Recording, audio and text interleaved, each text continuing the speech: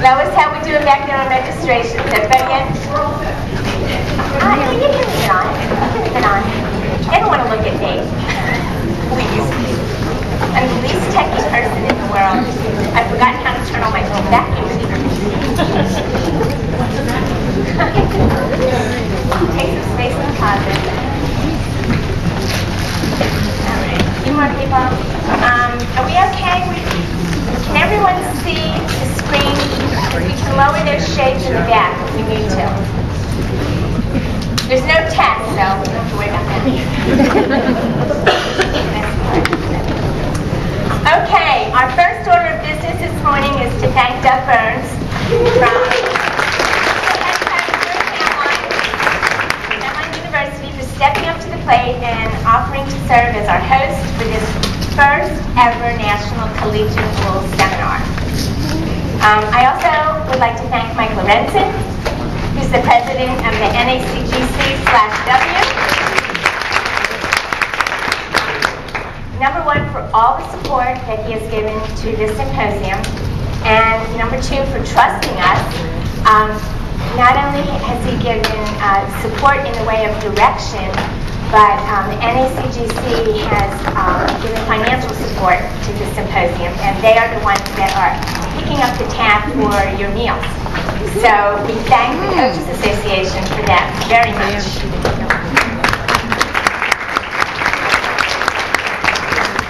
And finally, I'd like to thank our clinicians, both the judges and the coaches, that have stepped up to the plate. They've given their time and their energy. They've prepared. They've communicated. You are going to hear some of the very best focused people, and you're going to see some great videos. And I just can't thank them enough for being here, because they're in the middle of coaching their team. Some have to go back tomorrow, and they have athletes right now, and kids have just arrived at school. So it means a lot that they took time out of their schedules to be here with us. And everybody in this room is committed to the betterment of the NCAA athlete, and that's very important to them. I also want to thank all of you for your participation. You're all here because you want to be. There's no test. You're already certified. You're not required by the NCAA to obtain further credits. And unfortunately, you're not going to receive any special or more numerous judging assignments because you're here. You're here because you want to expand your education. And you want to learn from some of the most outstanding coaches and NCAA judges in our country. And you're here because you recognize that the athletes that you judge deserve the very best. Judging collegiate gymnastics and judging college athletes is not for everyone. It seems that more and more is expected from us. Travel and the issues that go along with it. Less say in where you can choose to judge. Taking the time to learn a computer system and enter that JAS. Getting emails from me that say, update your availability frequently. And in addition, you have to learn another set of rules. You also have to give up the luxury of knowing the vault number before you see the vault. You're not allowed to watch warm-ups. And I do believe that the college coaches expect a higher level of professionalism from us. And possibly they have a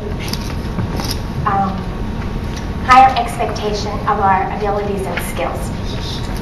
So why do you do it? I think part of that reason is because we are judging the same young women that we judged when they were age group athletes. Only now we get to judge them and we watch them fulfill their dreams of being a collegiate athlete. An opportunity to be an Olympian comes once every 4 years to 6 young women.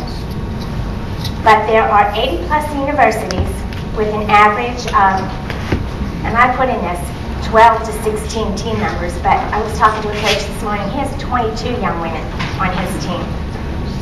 So there are at least 1,200 student athletes receiving higher education while they are competing and preparing to be judged by you.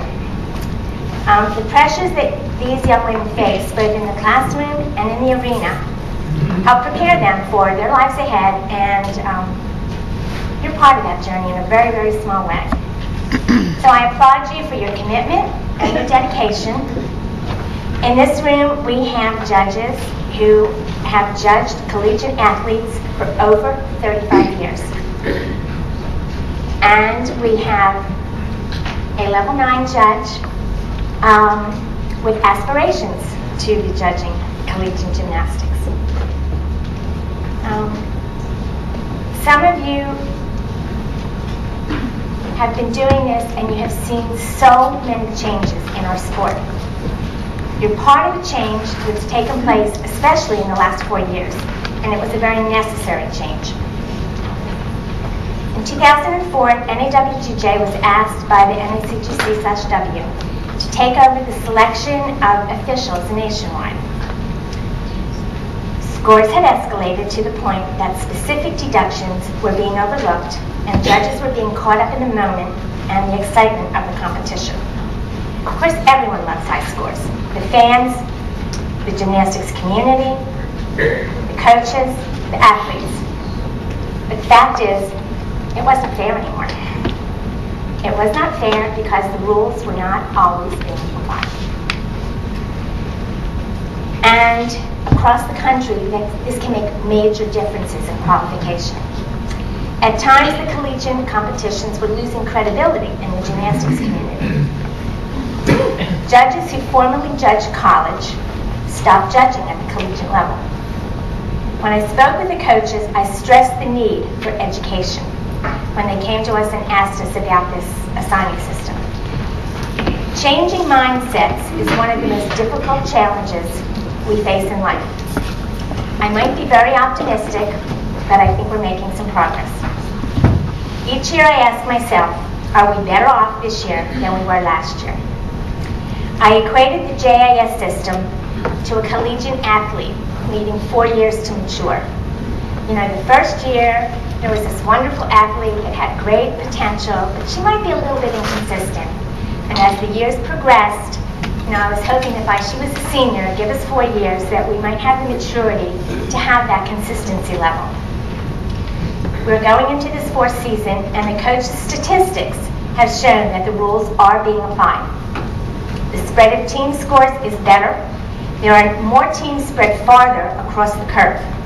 This is more important than ever because this year a different formula will be applied to select those teams in the top 36 going to regionals. Finally, the discussion in our sport should always be about the performance of the athletes and not the officials. Rankings, chat rooms, judges coming to meets with printouts of rankings and scores does not belong in the official's mind. Our jobs are difficult enough without concern for how our scores will be received or how they will compare to other judges' scores for past performances. We owe it to every athlete, whether she's ranked in the top 10, first in the lineup, last in the lineup, from a small D3 school to a national championship team, to be consistent throughout the season.